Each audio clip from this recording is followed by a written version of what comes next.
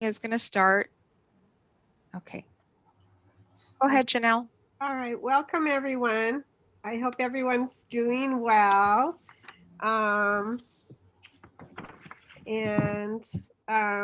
decided to go ahead and have a virtual meeting again. It's kind of hard for me to decide where to go with this to meet in person. So tentatively, we'll be meeting in person at our next meeting in November. And we'll just play it by ear, see how it goes. If anyone has any say one way or the other, what a preference, then you could easily share that with Margarita, and she will share it with me if you wish. So let me first congratulate our 2021 Most Beautiful Yard winner. That property is 307 South Broadway. And maybe you can catch a glimpse of it as you drive by. Possibly they have their sign out that says Most Beautiful Yard. And they have a lovely drought resistant, low water kind of planting in their front yard. And that's, I believe, probably what caught the judge's eye. And before I forget, I wanted to share that the 2021 Historic Preservation Awards nomination period is open. And Heninger Park is unique in that just about any exterior project of beautification or historic preservation could possibly qualify for a nomination for a Historic Preservation Award. If you know of any yourself or any neighbors, self-nomination is fine. You could share that information also with Margarita, and we could go ahead and look at the property and see if it is eligible for a nomination. So, and then I think with that, we'll just go into our main topic, our meeting agenda. Yes, I had a quick question, Janelle. I Sure. apologize for interrupting. That's great. So, anybody say si hay unas personas en el Zoom que ocupan traducción, tenemos el canal de español que puedo prender. ¿Alguna persona ocupa traducción? ¿Sí o no? Sí, sí. Ok. Ahorita voy a prender el canal para que puedan ustedes seleccionar el globito que dice español. Un momento. So I'm just going over the instructions briefly, Janelle, to turn on the Spanish interpretation feature. Good, thank you.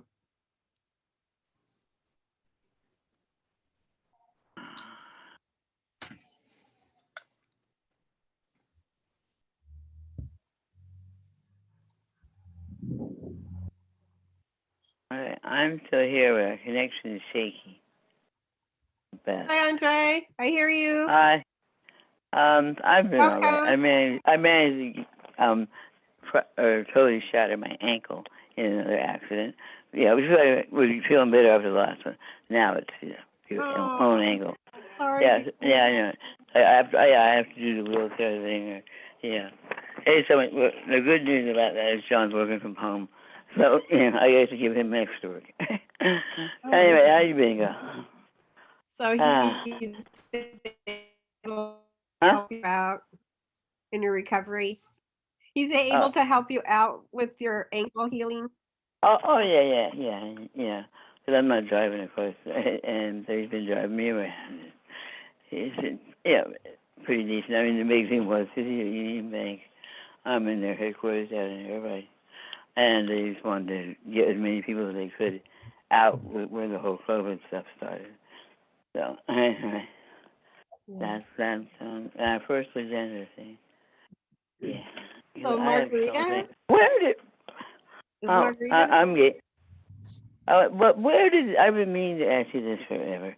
Okay, where did the house on McFadden come from, which was not there 6 months ago?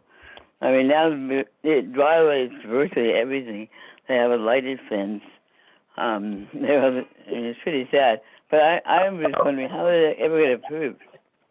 I'm not aware of the property you're talking about. We'll have to like take a look at that offline, maybe. Yeah. I mean, it's very, very obvious. It's in back of the house, the Victorian. That's what it is. I mean, that's the corner. But anyways, yeah, it's really peculiar because I mean, there's no side yard, no front yard. Yeah, it's like okay, did someone faint or something? Yeah, but anyways, continue on. I don't know where we Yeah, are. I don't know what happened to Margarita. I know we have a meeting, agenda we need to get to. All right, I see the nominations. I guess we would be going to number 3. Oh, well, that was September 13th. We don't have to worry about that one. But that was a planning commission public hearing. And then your item 4, sorry, 152nd month. Yeah. Excuse me. Let's get onto our agenda. Right. That's why. Okay, that's what I was doing. Yes. So I believe Margarita has the Spanish translation up and running. I'm not able to hear from her at all. So let's go ahead and launch into our main topic. And I'd like to introduce Senior Traffic Engineer Frank, and I'm going to try and pronounce your last name, Frank, I think. Oriana? Frank Oriana? Really good. Senior Traffic Engineer with Public Works. So basically, we want to talk to you about how, when, where, why we have that roundabout that's all plastic. Yeah, that's another one. We actually don't really want anything plastic in our neighborhood. And I've noticed those beautiful roundabouts in French Park, and the comparison is just like night and day. Astounding. I don't know what happened, why the neighborhood wasn't consulted. Yeah. And I did get your email, Frank, that says that we weren't included in the current concept plan. How did that happen? Is that a requirement to get a permanent roundabout that looks like those in French Park? I know I'm asking a lot of questions. So let me. No, I want to know and that. And does it really take 6 years? Yeah. So yeah, I remember bitching about that. Yeah, one time we had a meeting at my house, and that was really. I don't think we lived here a year. Yeah, but it's like how long is that really? It's really up my 2 hours. Andre, let's let our guest speaker talk, please. Sorry. Go ahead. So can you guys hear me? Yes, I can. Okay, excellent. Well, thank you for having us. We appreciate it. I have some of my colleagues here.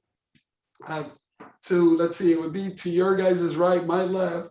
I have Mimia here, and to my right, your left, I have Sylvia over here, who helped me with everything in the city. So. They're as part to do with all this as I am, and I'm glad to introduce them because they do most of the hard work. I just have to report back to you guys. So in getting to your questions real quick, there's multiple levels here of discussion. One starting with safety.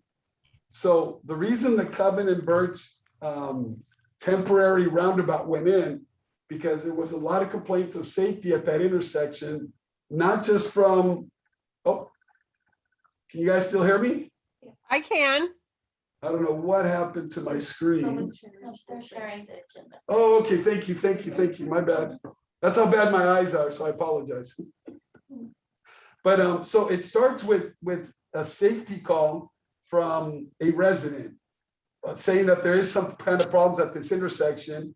And we go out there, independent of projects like you've seen on Civic Center, we go out there to attend to the safety problem that's occurring at that intersection. So we assess it, we do studies for it, we get all the data available to us to make a decision on what's best to cure the problem out there, irrespective of the beauty and of the niceties that we can put in there. It's something we have to respond to right away. So what you see out there is a temporary measure to slow down the traffic, to make it safer for the residents in the area, as well as the children going to the school east of there, 1 block going to Franklin Elementary.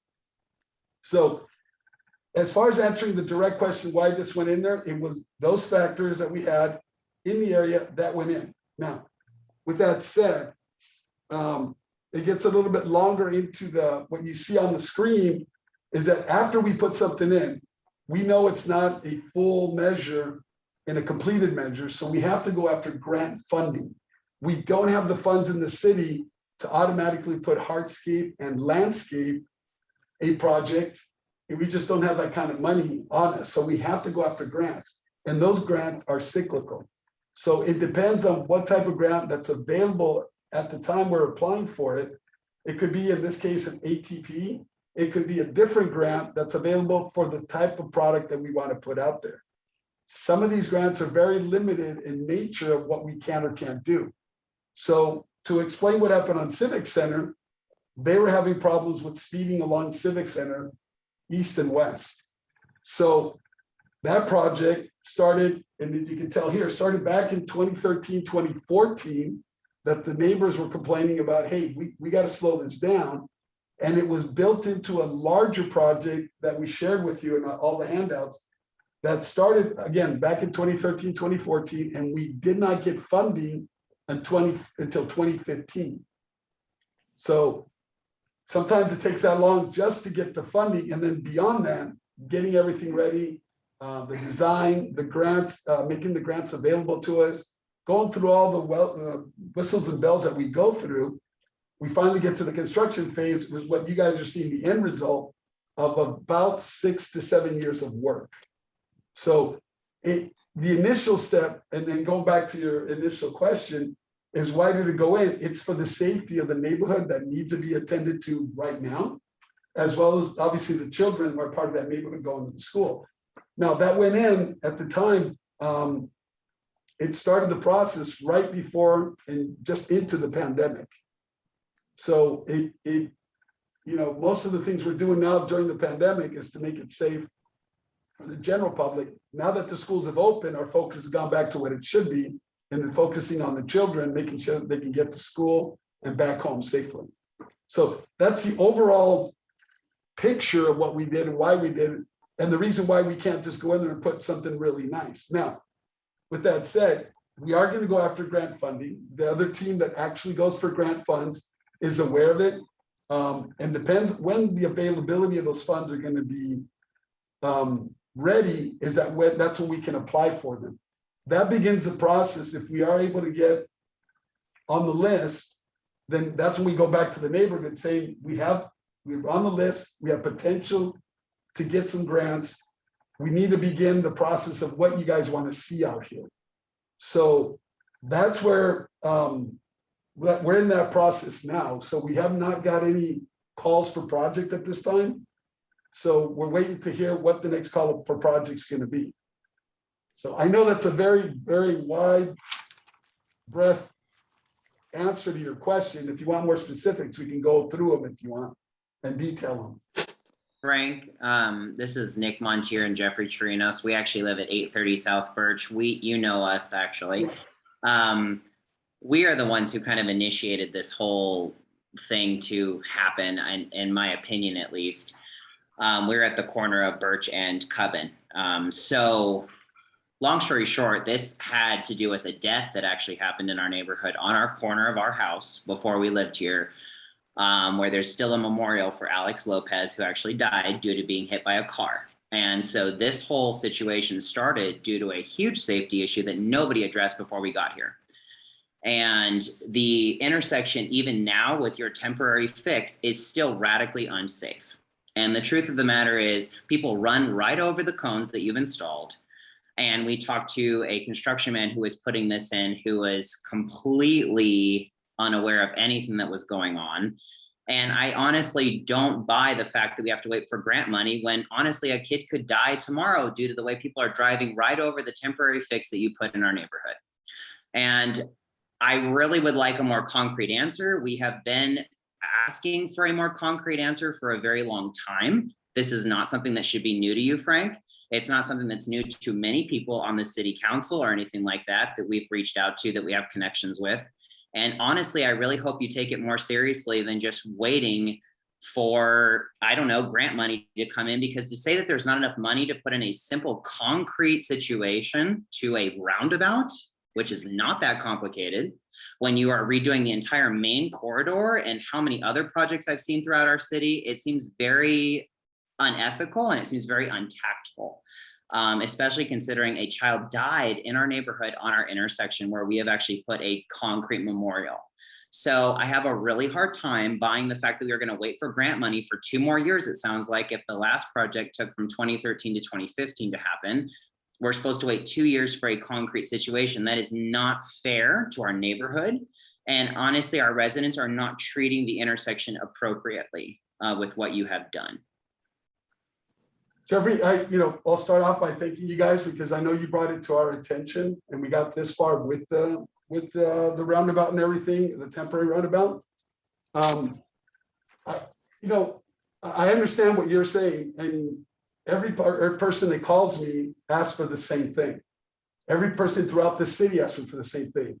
And what I have to tell them is that the monies that you see going into different locations, Main Street, Bristol, whatever those are very specific grant funds that have been obtained that can only be used for those locations. We don't have the arbitrary money to use anywhere we want, when we want, how we want it. Those funds are gone under specific type of grants. It could be, in this case, an ATP. It could be other types of grants that are very exclusive to an arterial, very exclusive to whatever the improvement that's going in out there. We don't dictate to the government or to whoever we're asking their money from what we want to do with that money. We can only apply for what they're allowing us to do with the money. So that narrows our scope, regardless of all the construction you see, narrows our scope to a very small amount of money that we can go after. And then the city doesn't have the extra fund in their general fund, which are just monies that they can use for almost anything they decide to do. It's not obviously under my purview to be able to assign those monies. As you said, you talked to council and everybody, that's up to them to assign those monies as they see in the general fund. But the monies that we can obtain are very specific to the type of grants that we go after. And that's all we have available in our tools and everything else like that. I'd love to see council give us money for those things, but they can talk better about the overall budget in the city more than I can to that. So as much as, like I said, as much as I would love to go out there and put these things right away, if I had the money, I would. I just have to go through the system that's put before us, and that's me getting grants as best and as fast as I can doing those. Sadly, it takes time to get those grants. And it's a call for projects. The different calls of projects come from the state, the federal government, OCTA, Caltrans, they all come at different times, and they're very specific to certain uses. So right now we're after ATP because that's what they let us use for these roundabouts. So I understand your frustration. We feel it because we hear from everybody. People actually running through these, going over them. All I can tell is I can try to work with PD on that to see when it happens. You've been great at sharing with us times and when things happen and everything else like that. I just can't go out there and put a hardscape or anything like that with the monies I don't have at this time. Well, let me tell you about your police department. Okay. So we go ahead and we call the cops all the time for issues related to the roundabout or other issues in our neighborhood. And it takes them 45 minutes to show up. And by the time they show up, the issue is obviously gone. So I have a really hard time also accepting that as an answer when this is a very simple issue. I don't need your excuses. I just need you to hear how frustrated we are and how this is not What you're saying is not a valid solution, honestly. And I hate to do that to you, but it's not a valid solution. We've lived in Santa Ana now for 5 years. We know how things work. And the truth of the matter is the response team from the police department in certain aspects of the city are very inept to say the least. I can't respond to what PD has responded to and everything. I can only respond to what we can do. And I do apologize if you don't like our answers, but this is what the reality of what we live with. This is how we have to do it. So if I can come up with a different way to slow people down, behavior, I can't change people's behavior. That's why we put those things out there to be able to change people's behavior. If they're running over them, then that means we need to get help. If you tell me, and we talked about this, you tell me 2 a.m. they're out there, we'll try to talk to PD and say, hey, you guys will be out there to be at 2 a.m. I have no sighting capabilities. I have none of that to go to public works. So I understand all these answers are going to be adequate to your guys' needs of what happens out there. We're doing our best to do what we can. I mean, this was one of the things we've done fast because that street was big. We saw the problems with the kids. We thanked you guys for all the videos we received. I just wanted to make sure that, we're working on this. We continue to work on it. But I know it's not to anybody's satisfaction. The last thing that I'll tell you, Frank, honestly, and this last thing, and then Ricky, I sure should chime in. Our house alone generates $8,000 in property taxes, $8,000 from our one house alone. And I just expect a lot more, especially for a historic home. I expect a lot more for a historic neighborhood. I think that we need to bring Heninger Park to the forefront of a lot of conversations. I've seen a lot of our other historic neighborhoods, and they are treated a lot differently than we are. And I think that we need to definitely take this very seriously. And that's all that I'll say. Okay.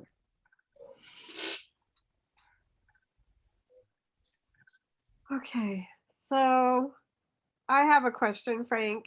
Are there any further measures that can be installed that will help curtail the behavior that's being observed there, or is what we see there the best that can be done?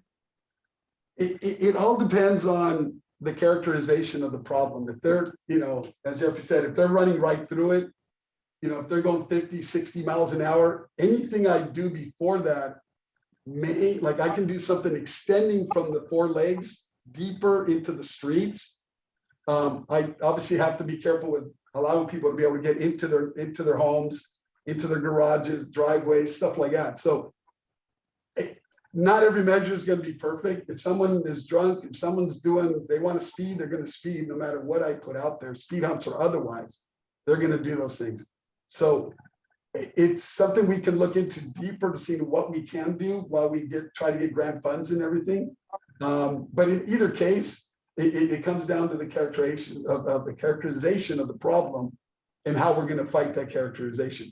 So if it's speeding east-west or north-south, then we can try to take care of those legs a little bit deeper into the street to see if that helps. So, and again, it's, I've always told everybody, you guys are living a movie, I'm living a picture. We're trying to get to that movie, and the more information you share with us, as bad as it is out there, that's what we need to be able to try to help that out. So if the problem's east-west, right? Or if it's all in both directions, north, south, east, west, then we'll have to come up with a design that goes a little bit farther out that maybe induces the drivers to slow down a little bit more. Do we have the hours of what time the problem is occurring?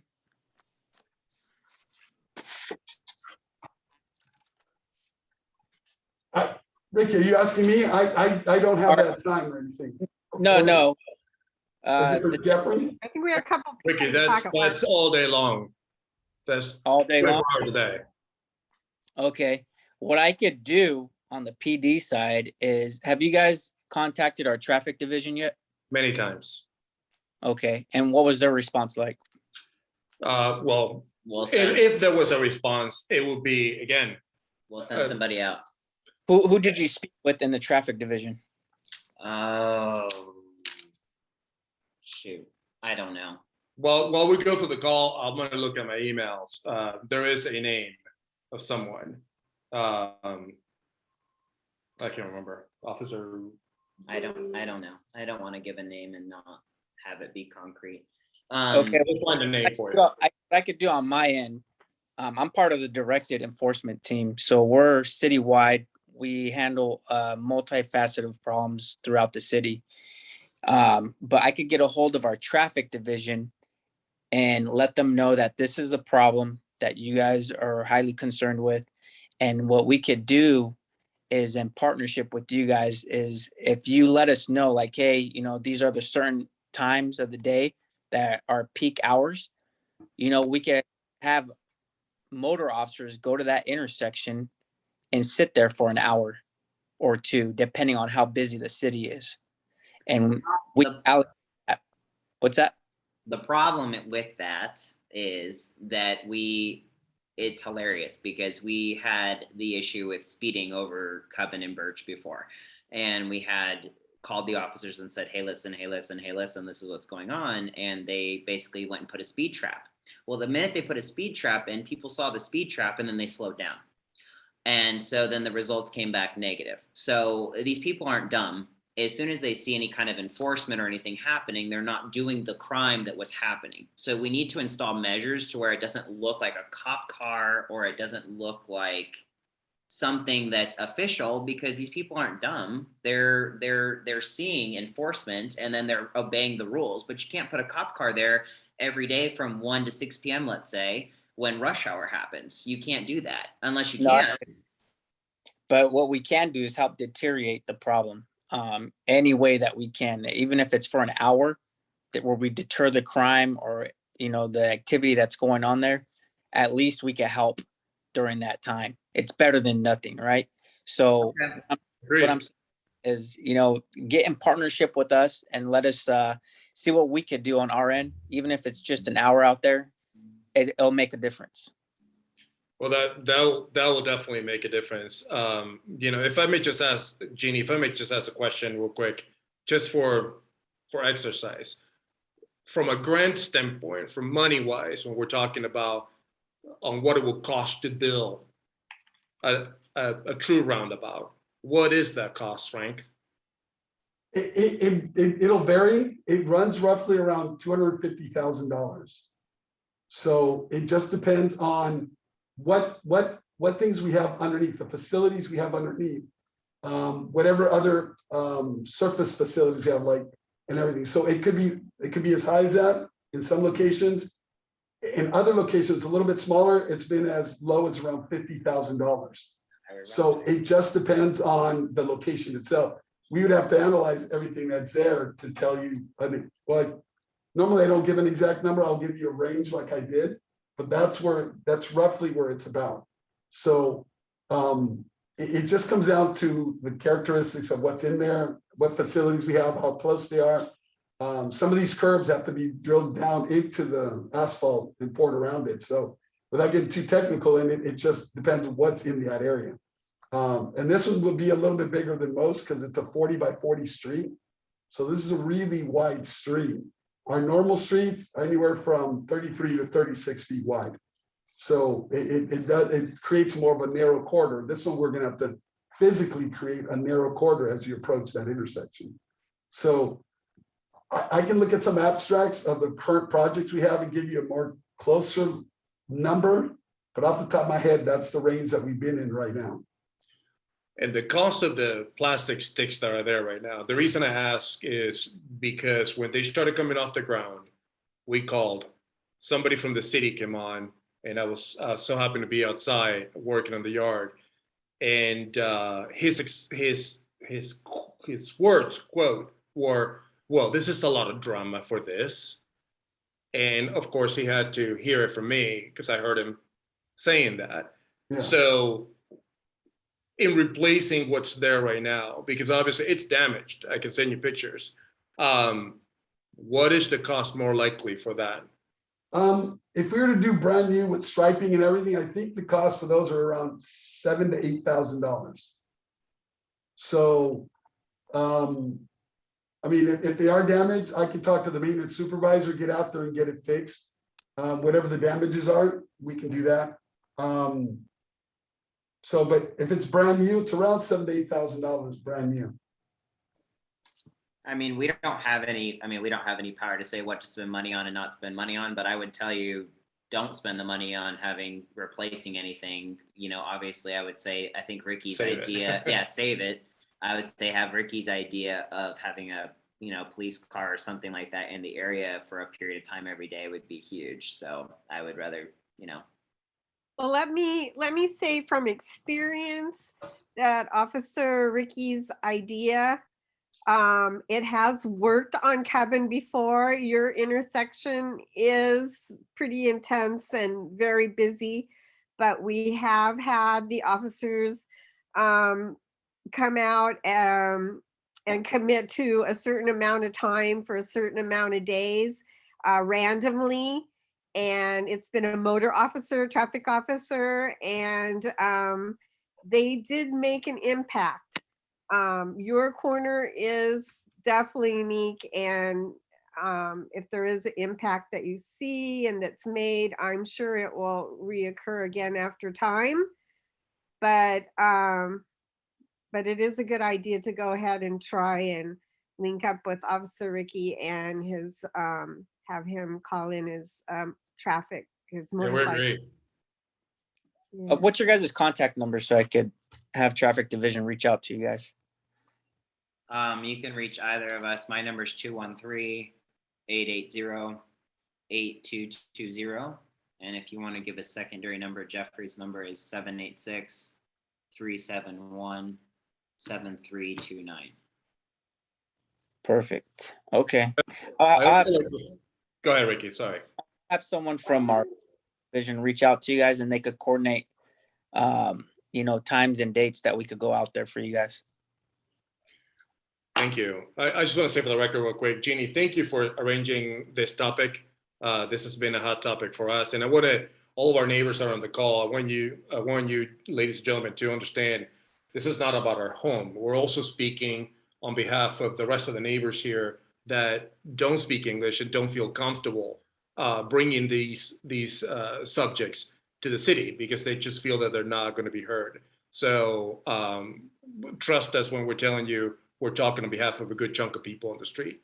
I understand. And thank you for getting involved and giving your input and trying to work on the problem. Our pleasure. And stay in Can I touch. interject real quick? Ricky, can active. I ask a favor, Ricky? Yes, sir. Go ahead. If whoever you contact in traffic, can you have them contact us? Because this works in our favor. Whatever enforcement you do out there, it helps us build the picture that we need when we fill out the grants, saying that this is the condition that the street's in because of the characterization of the traffic. We can add more data and that helps make the grant stronger. Okay, So, perfect.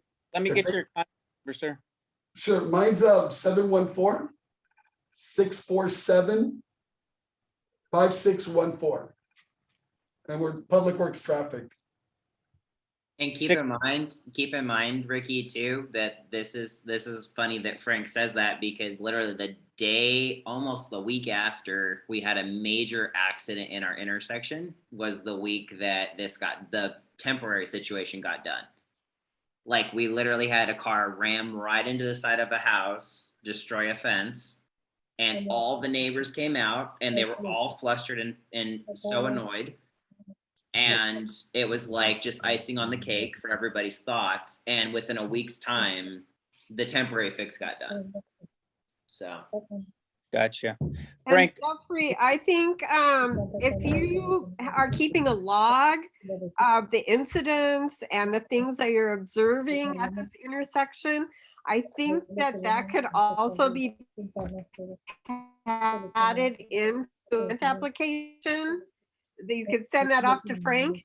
It doesn't have to be terribly detailed, but just, this week this happened, or, over the year, these are the kinds of things we're observing. I'm sure that could be rolled into the grant application.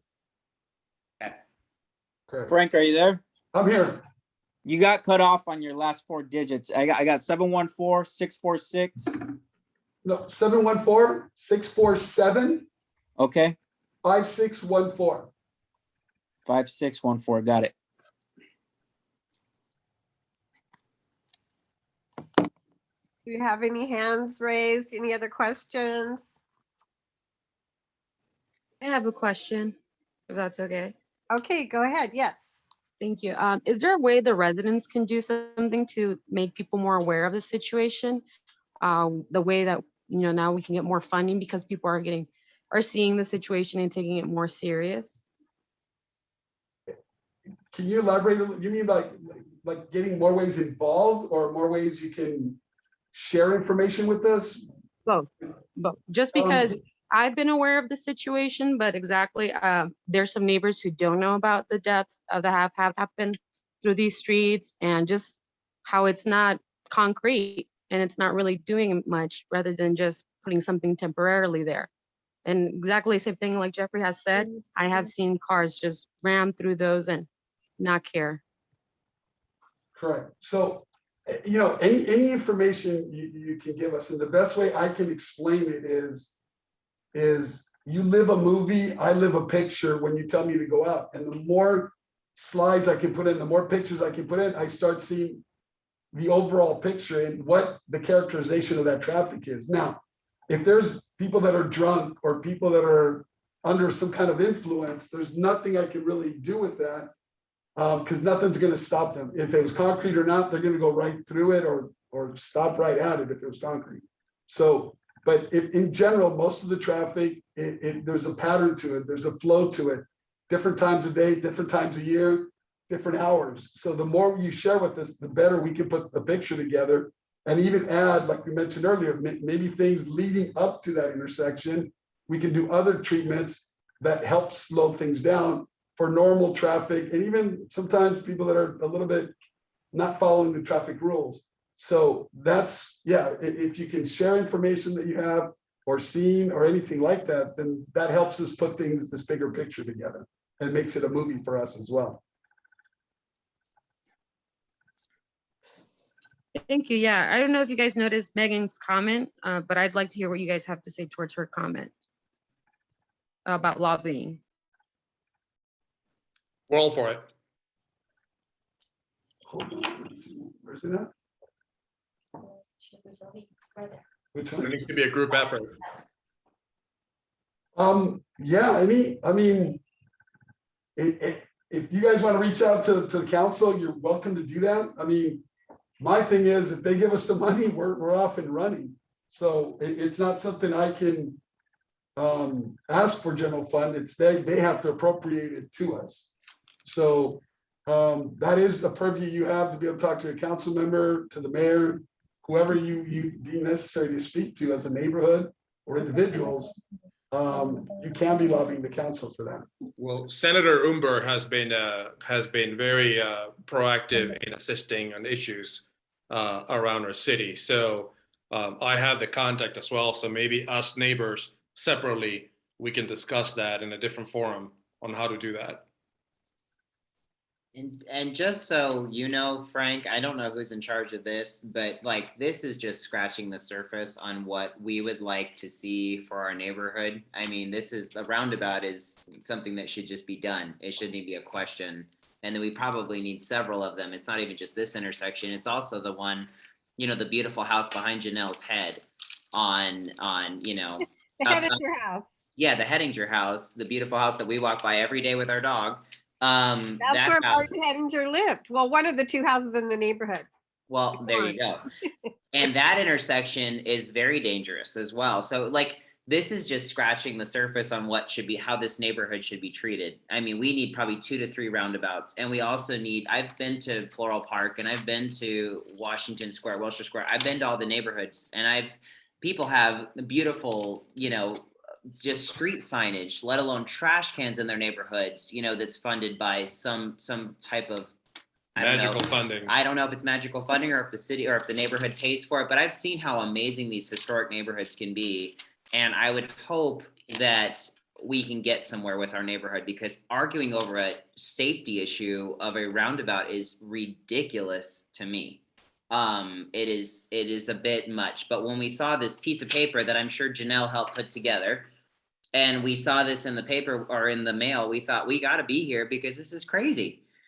This is insanity. I want to see trash cans. There's kids that go to school 2 blocks from us and they leave trash on our sidewalk. I had to yell at 2 kids today to put trash away, like not leave it on the side of the street because they dropped it right in front of our house. And I said, hey, pick up your can. But if there was a trash can, maybe it wouldn't be such an issue. My point is there's so much to be done. There's so much to be done. And we want to be more involved. So we're here. This is our first time here with you guys.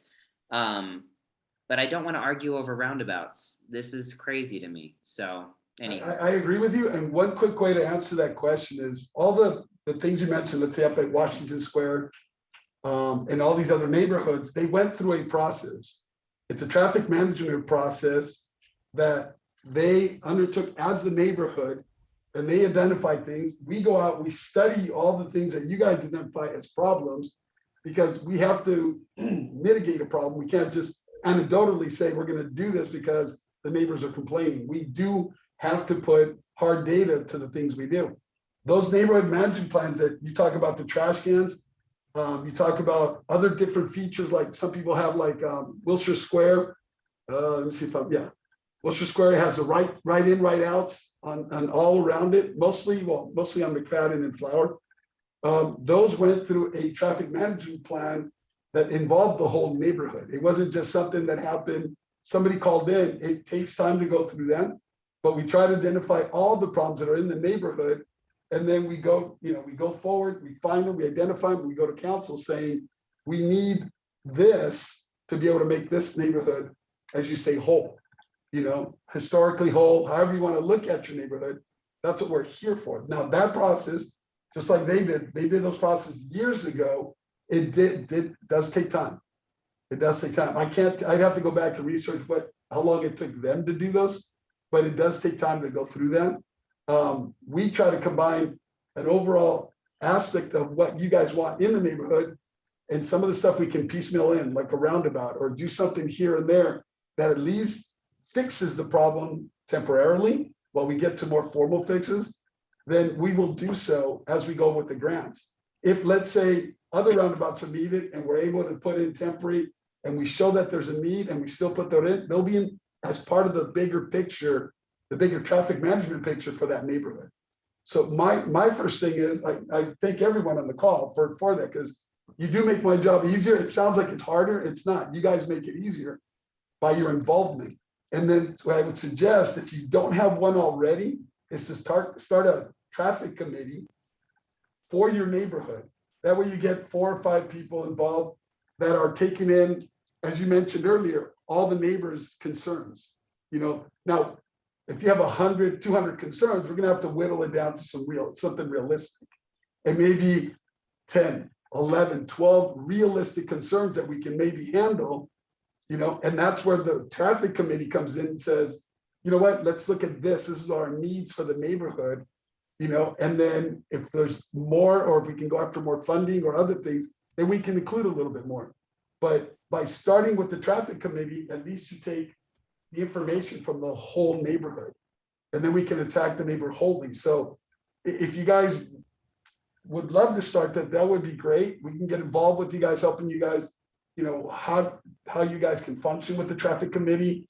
And be honest with you, that politically helps a lot, because now that's not just you guys complaining or somebody else complaining or saying I need help. Now it's the whole neighborhood saying, listen to us.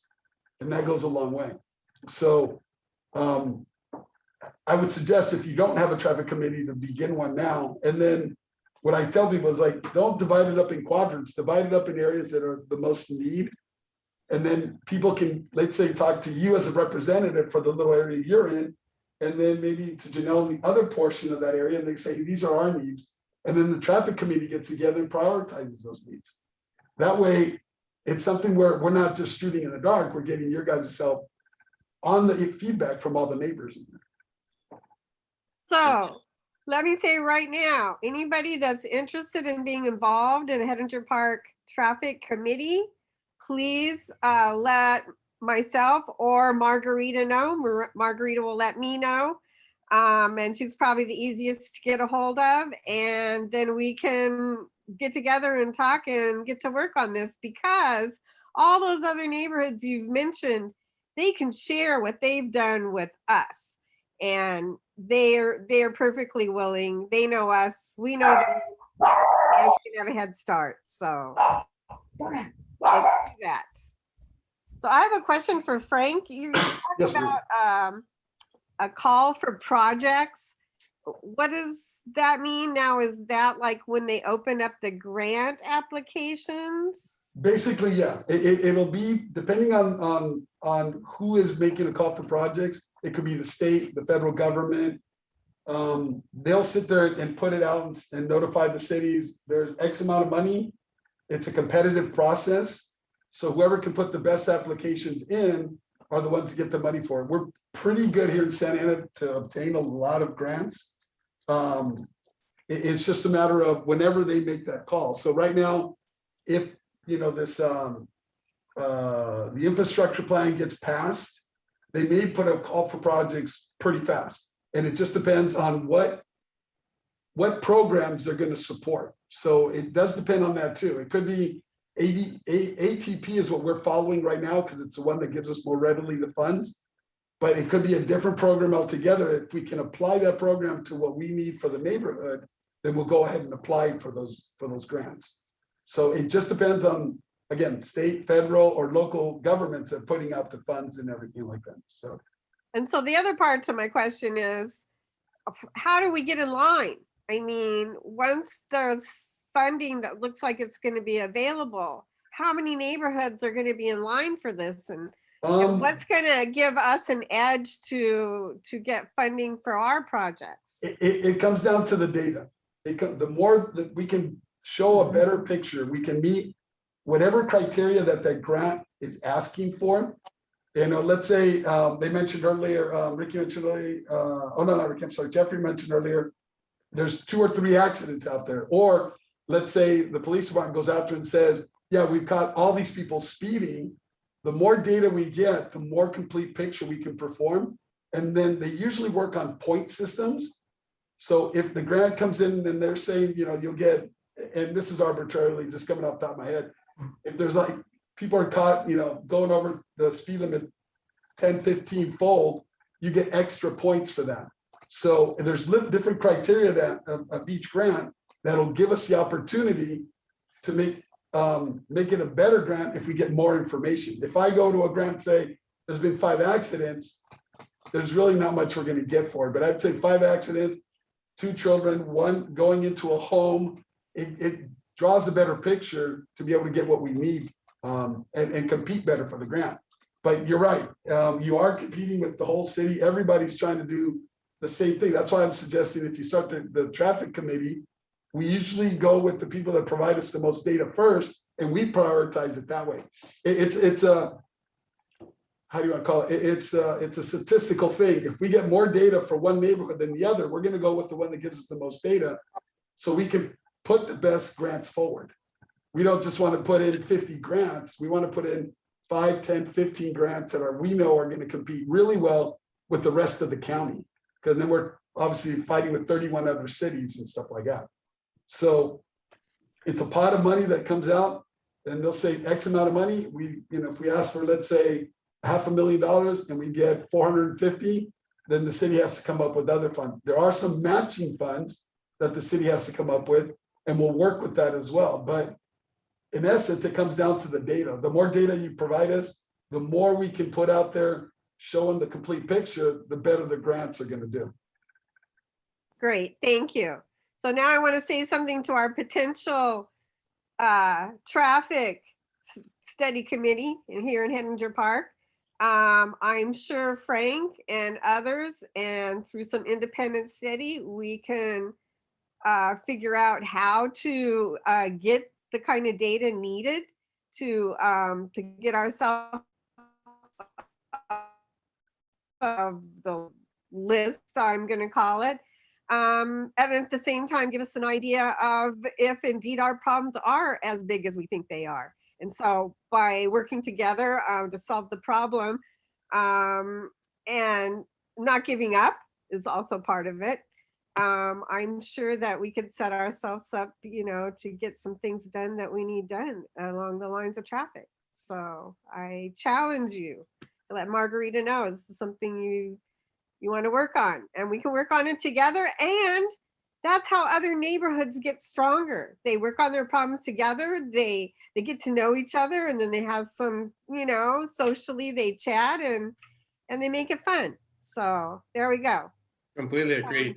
Janelle, what is Margarita's role? Margarita, are you there?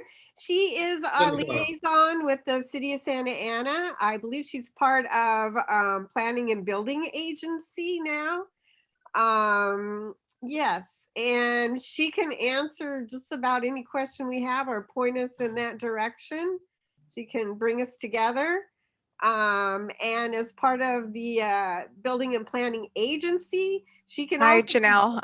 Yeah, I'm sorry. I Margarita. finally figured out how to turn off, and I'll interpret really briefly. I've been the volunteer interpreter tonight. So Okay. I work with the city of Santa Ana, part of the Neighborhood Initiatives Program. We support the 64 neighborhood associations. Heninger Park, along with others around South Main, are very active. We have Irma Jauregui also joining us, your neighbor.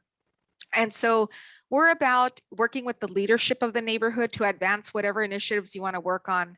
What I am getting from this meeting right now, and I'm so glad that Jeffrey and the others, Mario and Amber, are on also, because it brings to light that even though we've been in a pandemic, the safety concerns remain a top priority, especially at that intersection. So, Frank, taking your recommendation, it's timely. It's probably overdue, for the neighborhood to align themselves, have separate meetings outside of the bi-monthly meetings that Janelle has, worked to reactivate, and have some more in-depth discussions about priority, dangerous intersections that require a traffic management plan solution, right? Something like that. That's what I got from you. So I don't want to take up a lot of your meeting, but I'm here to support, you all. And so I work with Janelle very closely on a lot of the next steps in the follow-up. So I'll go back to interpret for our mighty team of Spanish speakers. Couple of May things. I? Go ahead, Irma. Go ahead. Irma, go ahead. Hello, everybody. I'm your Irma. neighbor from Wilshire Square. Hi, Janelle. Quite a few of you know me. Those who Welcome. don't. Thank you for Yes, joining us. neighbors need to be supportive of each other. I am so in agreement with that. Janelle knows me well. My name's Irma Jauregui. I'm the past president of Wilshire Square. I'm the event coordinator of all the events, and I've been in this area in Wilshire Square over 32 years. I was here when we Estoy had the aquí en Wilshire monuments. Square. ¿Sí me escuchan otra vez? Lo que estaba diciendo yo. And now we can hear you in Spanish. So I'm sorry. I apologize. No hay problema. Yes, you need a committee separate from this, and it would behoove you. It's really a great way of knowing your neighbors and documenting. If everybody can document the incidents, both with the police, the fire, and what you observe that they don't have records, then the amount of data will help you put together a picture of the issue, and then the solutions will start coming up too. We had the monuments because one of the things that we had a humongous impact is because we had the grid streets that all the way from First to Edinger, there was a racing up and down Birch, Van Ness, Parton, which you have. I believe you. And we've had 2 deaths on those monuments, but that stopped it. I'm so sorry for the drivers who got killed, but it stopped them from going into homes, which apparently it has gone to your homes. So in doing that, a study, different ideas come up, and that's why we have the monuments. And it took us 3 or 4 years to do that, and then the funding of that, because it is cyclical. And so it even though it seems like long drawn out, in forming a committee, then it's easier to identify the monies and set them aside, and it just builds on itself. So I totally encourage you, Janelle, I'll try to see if I can find some of our archives, the process we went through to help us with the monuments, because you might look at an idea similar to that, something to soften and slow down your actions. So we need to support each other, because whatever happens in Wilshire Square affects Heninger. Whatever happens in Heninger, we need to work together. So I'm totally in support of you guys. And Margarita knows I will jump in and support you guys as much as possible. Thank you so much, Irma. Oh, my pleasure. So I'd appreciate if you can come up with any of that info that you could find in your archives and could email it to me and I can share it. So Okay, I'll as give you a far as buzz. process. So And if anybody's looking, I don't know if this is, you know, COVID friendly or not, but if anybody's looking for a place to meet, we're happy to host like any meeting, anytime in person at our house. Like we're happy to have people over. We have a very large living room. So you guys are more than welcome to wonderful. spread out and social distance. And vaccinated. Yeah. But we would love to meet and get together and talk about these issues because what Irma just said is everything. I love that message because we are happy to get involved and want to support because we know that having a voice is everything in this stuff. And it is a huge safety issue. When we first brought this issue of Cubbon and Birch to the city, just a year or two ago, they had told us that it was actually already on the planning that Cubbon was already supposed to be a subsurface street for traffic to transfer aside from McFadden. And we said, what are you talking about? Why would you allow for the street to be a traffic street? And they said, well, that's just what it says on our planning, whatever materials they had, it said that it was supposed to be a traffic street. And I said, that is so unsafe. I said, did you know there was a death? And for whatever reason, they had no idea that there was even a death on that street. And so a lot of this is just communication. A lot of this is just bringing these facts to the surface and having a conversation about them to show this is not a joke. We're not being, divas about our neighborhood. We really just want it to be safe and wholesome for people to enjoy our neighborhood. So thank you, Irma, for saying that because it gives us a lot of hope. No, it can be done. At the beginning, it's like any project, we're all kind of in the air. We've worked with projects before with Pacific Park and other projects, but eventually the points and the path becomes clear because you will get a ton of support from Margarita. I work with Francisco, I think way back in the day, and yes, you will get support, but you need to put a committee together and document, and little by little, everybody takes a part and it can be done. It might not be fast, but it can be done. There's no question about that. And faster than you might think when everybody You might be together. pleasantly surprised because right now there's funding for things that are of safety and revitalization. And, it depends on the project, how it's put together, and you might get match money. So it might be a good time. So. Mhm. I also want to mention that Margarita being under the umbrella of building and planning, she also could be very familiar with aspects that make Heninger Park historical and how you can build on that if you're interested and get to know more information about that. And actually our next meeting in November, I'm planning to do a presentation about the history of Heninger Park, how it got its SD40 zoning, and I can look up just probably anybody's house and give them a little information on it because we have a survey and it's on compact disc. So Great. That's great. We've been finding out a lot of information about this house, which is turning 100 years. yes, lots of our houses are turning 100 years and they have turned 100 years. So Yeah, that's big. a lot of history. Exciting. We need some signs, some birthday signs. So, because I know Orange has those in their historic district. They'll put a little sign out with a birthday cake, says happy birthday, I'm 100 years old. Well, that's awesome. That's Yeah. cool. We'll do that. That's cool. But I don't know where to get them made. So anybody has ideas, let me We can know. figure it out. Janelle, I have an idea for you guys because I thought of that for ourselves. We're not as old. We're going to Wilshire Square's turning 100 in 2 years. So let's Okay, hope for a party.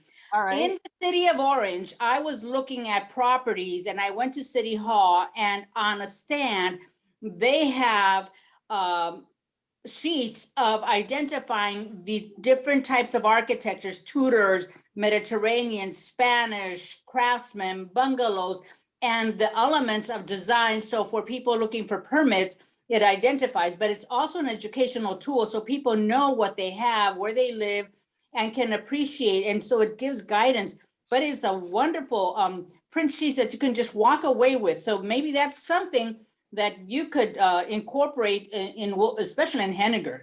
because you have So some, you're saying everything. they have historical. flyers, like you're saying they have flyers? They're flyers, they're And flyers. they're Mhm. located where In City Hall, where you go to planning in the city of Orange.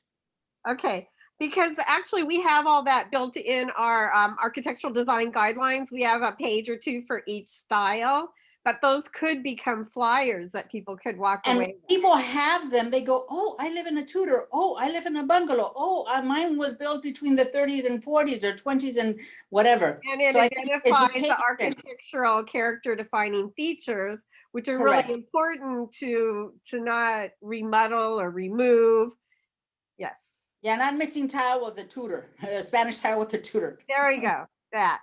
that kind of stuff. So it encourages people to appreciate what they have and work with what they've got to enhance it. That's it, exactly. Yes, yes. Okay. Oh, that's a good idea. We can turn those into flyers easy. Because it applies to all of us, to you guys, to us. Yes, yes, yes, yes, right, because we're as strong as you are and vice versa, whether we know it or not. Mhm. Sometimes we forget. So, all right, do we have any other questions or comments, or we can go back to the safety, or we can just call it a night? I got a quick question. Okay, Beat 'em up real quick. You were involved with the process of doing the write-in, write-outs at Wilshire Square? Years ago, yes. Well, many of us. So I just curiosity for me, because I when I first came out of the city, I got a chance to design those pork chops and everything. I wasn't part of the process at the time, but you guys did have a traffic committee, right? Yes, we formed a traffic committee and we really got to, I wasn't on the committee. I was always been more on the activities type of side, but I was in the meeting. We have monthly meetings, by the way. And we were always kept abreast of the issues going on, but data was essential. Accidents, there was, you know how they put the speedometer things on each street, so they could, and do it yes, at we different had times. that. Yeah. No, but we had it at different seasons because summer is one, winter is another one, daytime, nighttime, weekend. It was a long drawn out one and it was not as obvious. We didn't have the big, you know how you have the ones with the digital, what your speed, the speed is, right? Right, exactly. We didn't have those. They were just little boxes with the rope on the floor, Yeah, the little cord. So you would just hear the bump, but you didn't see the number. So that way it was a truer way of measuring speed, because when people see, like on Broadway, I can see my speed from a distance and I'll slow down. So it never reflects truly what's going on. These didn't have those back then. We didn't have all that. It was just the box that took the measurements and the cord on the street. And so that was a better reflection of what really is going on. And that's what you wanted. And that's what we did. Again, I wasn't one of the leaders on that committee. I think the Reeds were, Mary Thornton, Ricky, maybe, whoever was the presidents at the time. and do you remember roughly how many people were on that committee? The reason I say that is that way Janelle can understand, you know, like how many people do you want to bring on board in the different parts of your neighborhood? I think we have our neighborhood is a little bit smaller than you guys. We're only about 700 homes. I think the committee maybe had 4 or 5 people. Okay, No more than 8, but no less than 4. okay. That way Janelle has an idea of, I mean, they can have as many as they want, but if you have a core group, you can work on the details a lot quicker and a lot faster. And that way you can come up with that information better, so. I think at the beginning point, you point out all the issues and then you divide the chores. Who's doing depending on the data that's needed, different people would kind of allow different focuses. So then you bring the data together. So it's just more efficient that way. Exactly. Accidents are one, tickets are another one. You identify your own issues and then you break down the job that way. And it's easy to compile the data. Somebody reaches out to traffic, somebody reaches out to police, somebody reaches out to fire, etc. Exactly. Thanks for sharing that. I just want to make sure that they know it's not an fairness, overwhelming task, but it's something that can be accomplished. It can be done. Okay. No And in question. all fairness, we have had traffic committees in the past, and it's always sparked by a problem or an issue. And individuals will get together that recognize a problem and work on it. That's how we got some of our red curbs, some of our stop signs, things like that. So Would pork chops on the Heninger side help to divert traffic and slow it down? That's an idea, and that's what we requested. We wanted to not make cul-de-sacs necessarily for emergencies, although it's nice to have a cul-de-sac because then only people go in and out, but at the same time, it would funnel traffic only to two or three streets. So we decided to just pork chop just in one way, out another way. There's no and left turn. actually, I think our problem is more cut through because we're kind of dead ended on three sides. So yeah, so we have, other kinds of issues. We probably don't need cul-de-sacs. So No, not cul-de-sacs, but pork chops. We divert our traffic. You can go in, you can only turn right. that's And what we need. And that's ever since we saw the ones on Wilshire Square, everybody said, well, we kind of need that. So, but Exactly. all right. So I think that we can. So Janelle, More questions? Yes, Marguerite. so Mario wanted to share about a concern on Camille and Garnsey. Mario, All right. ¿Lo puedo decir en español? está bien. Despacito, por favor. Sí.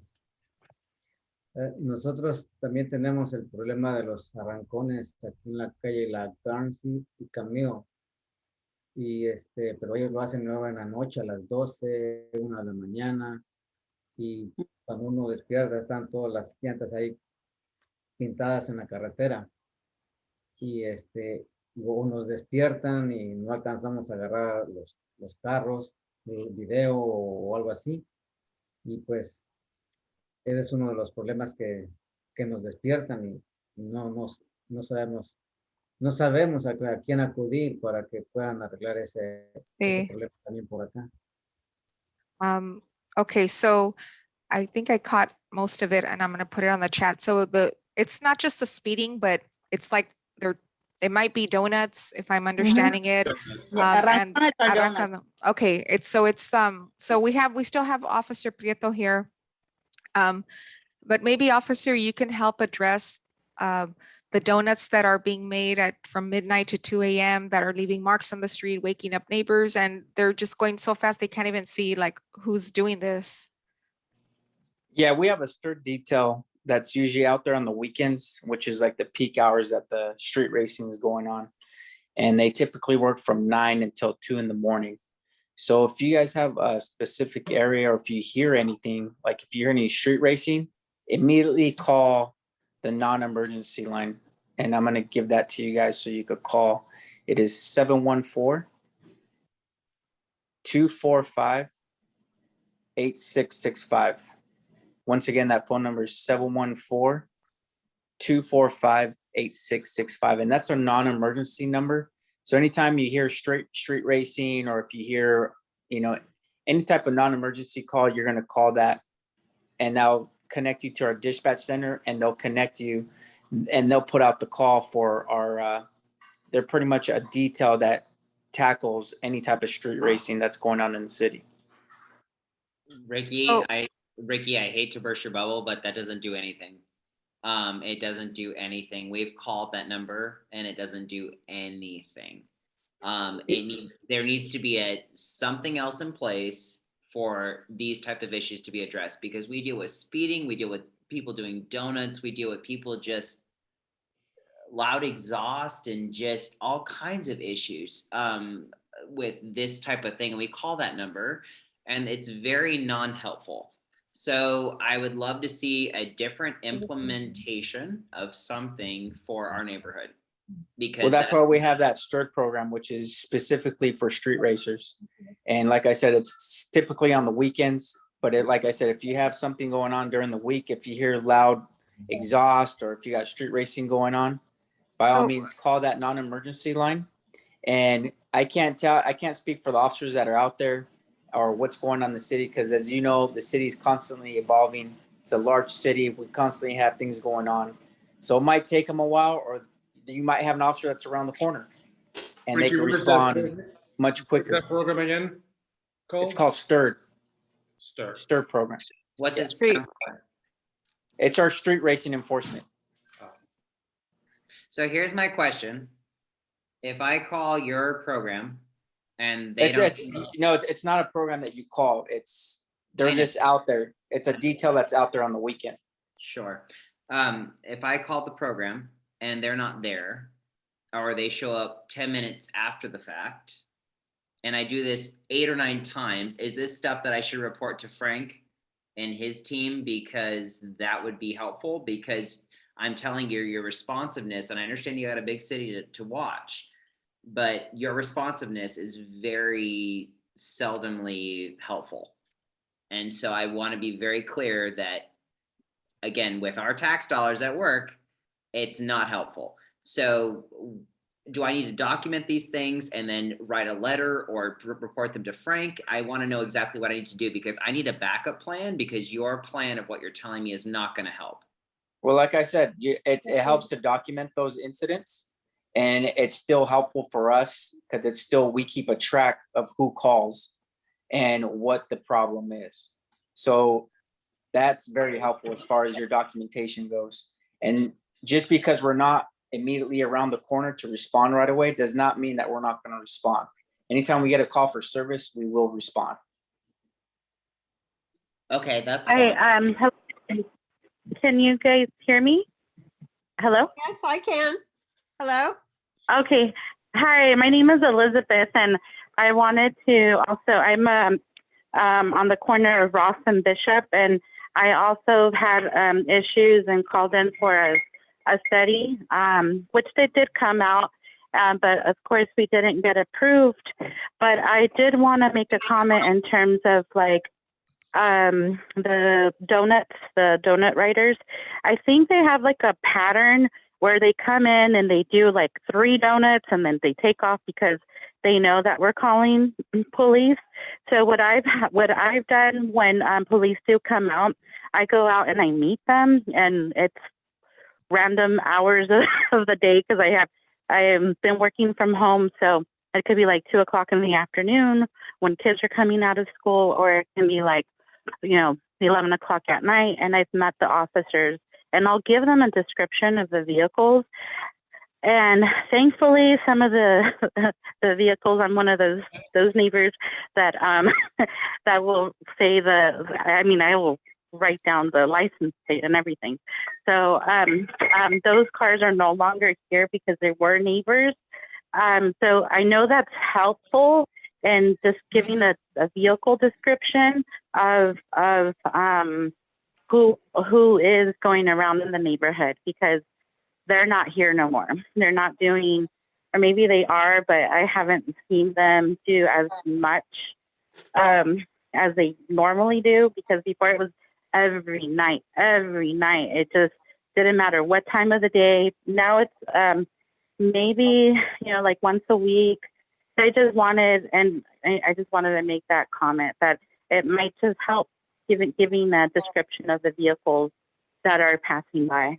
Thank you, Elizabeth, for those suggestions. I can tell you that just today, they were very brave in their donuts. Just at the corner of Van Ness and I think Richland. They did about 12 of them, long enough for all the neighbors. Oh yeah. Yeah, that's the issue that we were having before, where we would all come out. Yeah. Oh yeah, in the middle of the day. Yeah. We were having them in like a midnight, and all of the neighbors would all come out.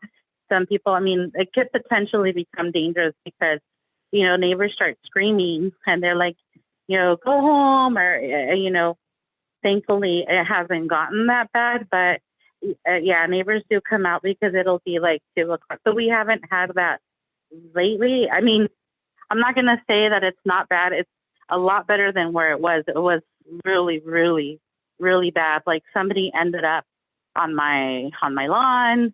I've had like a post knocked down. And I've called those in, but I've been here like almost 15 years, and I've seen, you know, how Heninger has changed, and that was a huge problem last year. It still is, but I just report the cars. Great. I just do. Yeah. That's a good tip. Thank you. Thank Yeah, you. that license plate really helps. Anytime you could give a description of the vehicle and a license plate, that helps us, because then we could track that vehicle back to where that address or where the vehicle is registered to.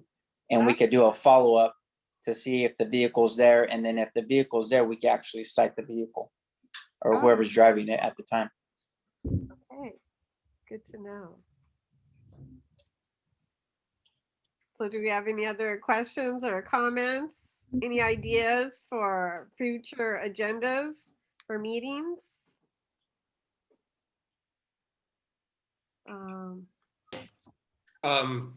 Yes, yes. What is the next step from here? That's a good question. Well, I'm thinking, let Margarita know if you want to be a part of the traffic committee right now. You know, currently. And then she'll let me know, whoever it is that wants to be interested, and then I can contact you, or if one of you want to take a lead, you can contact the other people interested, and then we'll decide on a time and a place to talk and get organized. Okay. Yeah, As far as the traffic committee, which seems to be the most pressing issue right now. so I'm typing on the chat so far. Let's see, Amber Perez, I got your email, and then I have the others on the Zoom. I can probably get the information on your email. If you receive an email notice from our office, then you're on our distribution list. So if we need to get more information, we'll do that. So the question is for the team. I mean, we can set up a different Zoom, you know, maybe in a couple of weeks, just with the traffic committee people, so we can, and Frank, I don't know if you need to be, or someone from your team would need to be there, or if the group wanted just to have some initial discussions about and identify what are the most pressing areas that need some of these improvements that are done in other neighborhoods that you could benefit from here in Heninger Park. Normally, we let the group get together first so they can understand their own, the problem itself. And then what we normally do after the second or third meeting, depending on what their discussions are, or maybe they reach a point where they're not sure what to talk about, we can come in then and say, look, these are all the reports of needs, you know, requests for traffic concerns that they have, and share with them, and then see how their own data fits our data that we've gotten calls in and everything like that. So we usually let them work through it a little bit instead of us. What we don't want to do is say, look, here's the problems, focus on what we've heard. Yeah. We want them to take a step at it first and say, okay, this is what we've gotten the picture of, and let's see compared to what you guys are saying and see where we overlap, or where maybe they want to go a different direction. But it'll be us just sharing and then them choosing how they want to go with that. So, but usually it takes about I'd say 2 to 3 times that they meet to narrow down what they're looking at, and then we can come share what we're currently doing or what has been requested, what has failed. I mean, a couple of the callers have mentioned that their request came in, or their speed studies didn't meet up with what they thought they saw. So the studies came back differently, and it could be that, like somebody mentioned, oh, it's on the weekend. No, it's on a Wednesday. So we can compare all those notes to get a better picture of how to attack the problems.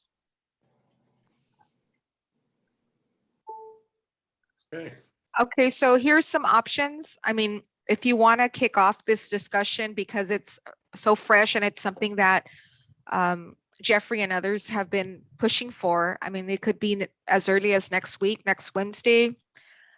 Jeffrey, if you guys offer your place and you want people are comfortable meeting in person because it's right there, you know, and then we can probably look at a map, right? A neighborhood map, and just sort of kick off the discussion there. I can work with Janelle to get, you know, whatever you need So at least from the group, it's organic, it's from what you're observing to identify some of these top things. And Frank, is that traffic management plan book, is that something that would be helpful, or would you prefer to just lean on based on their experiences? What is?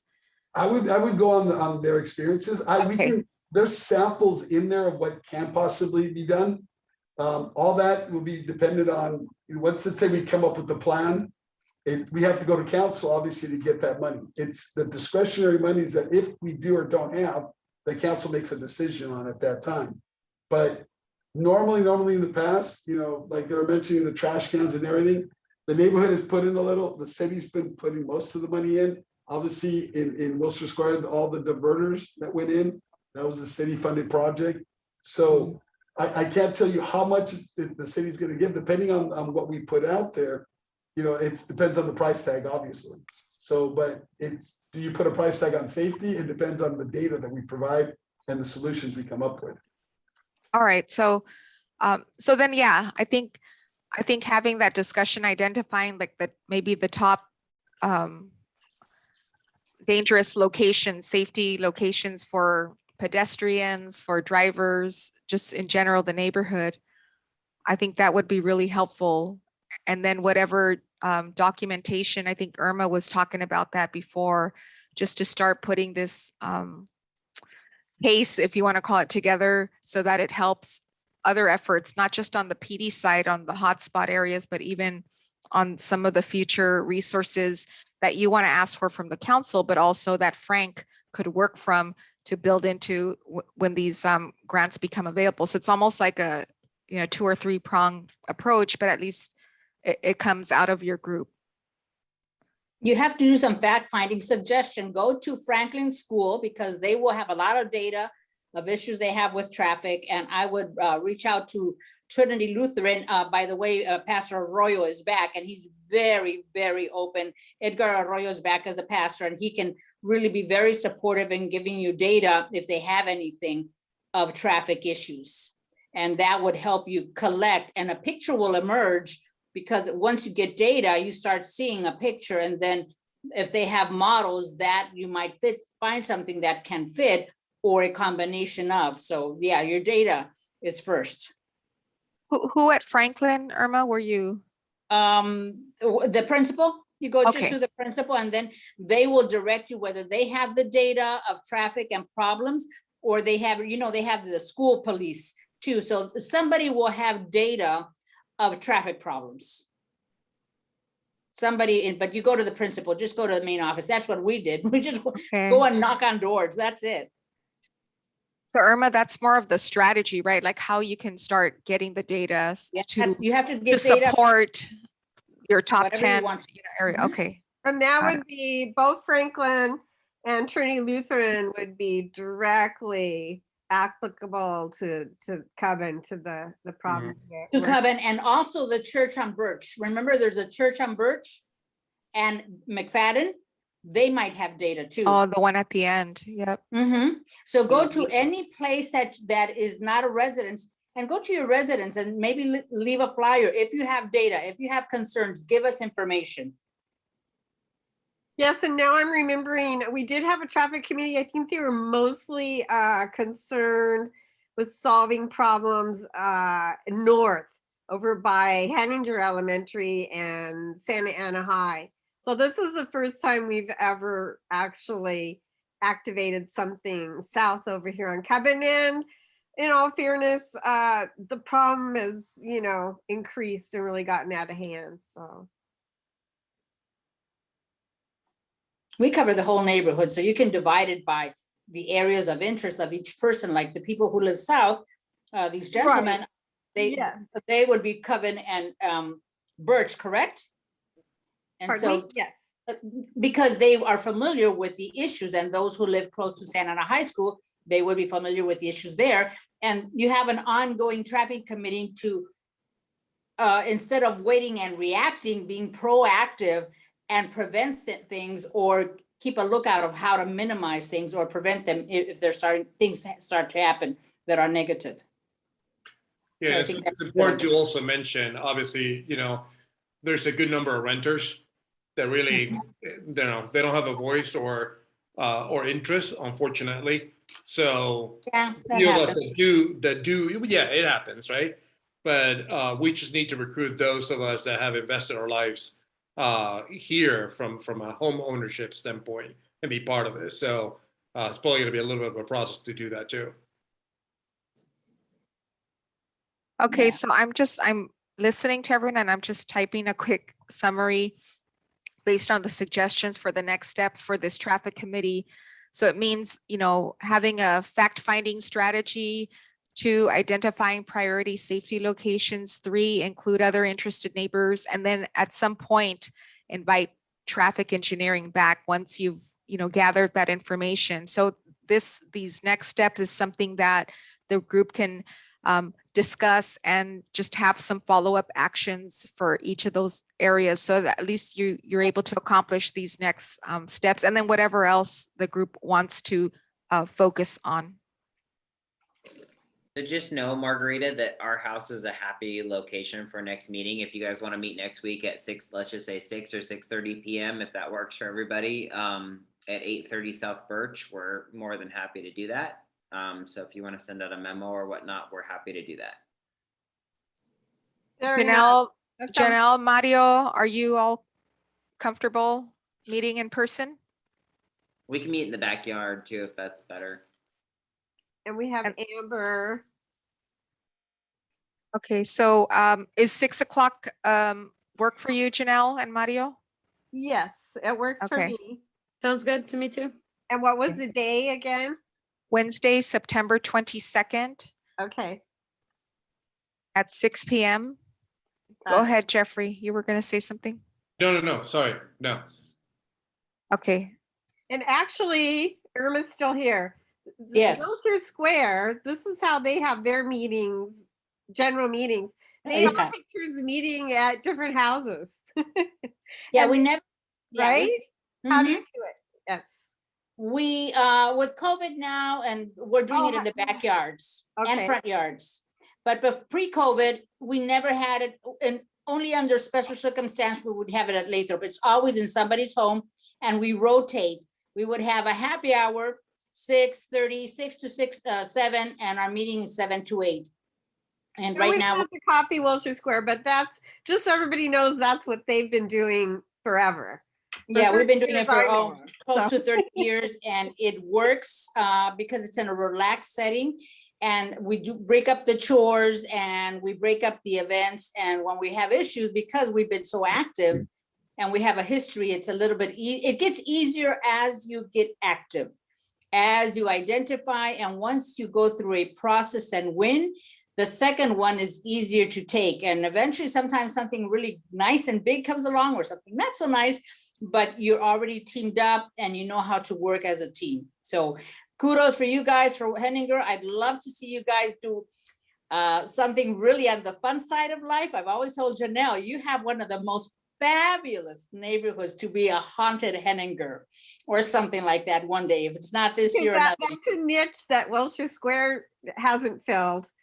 No, So we have they're not looking filled for that. us to I do would that love to have someday. a haunted Yeah, we have a parade for Christmas. We have a summer concert. We have movies in the fall. We have a spring fling of sorts, of whether a breakfast brunch or wine tasting.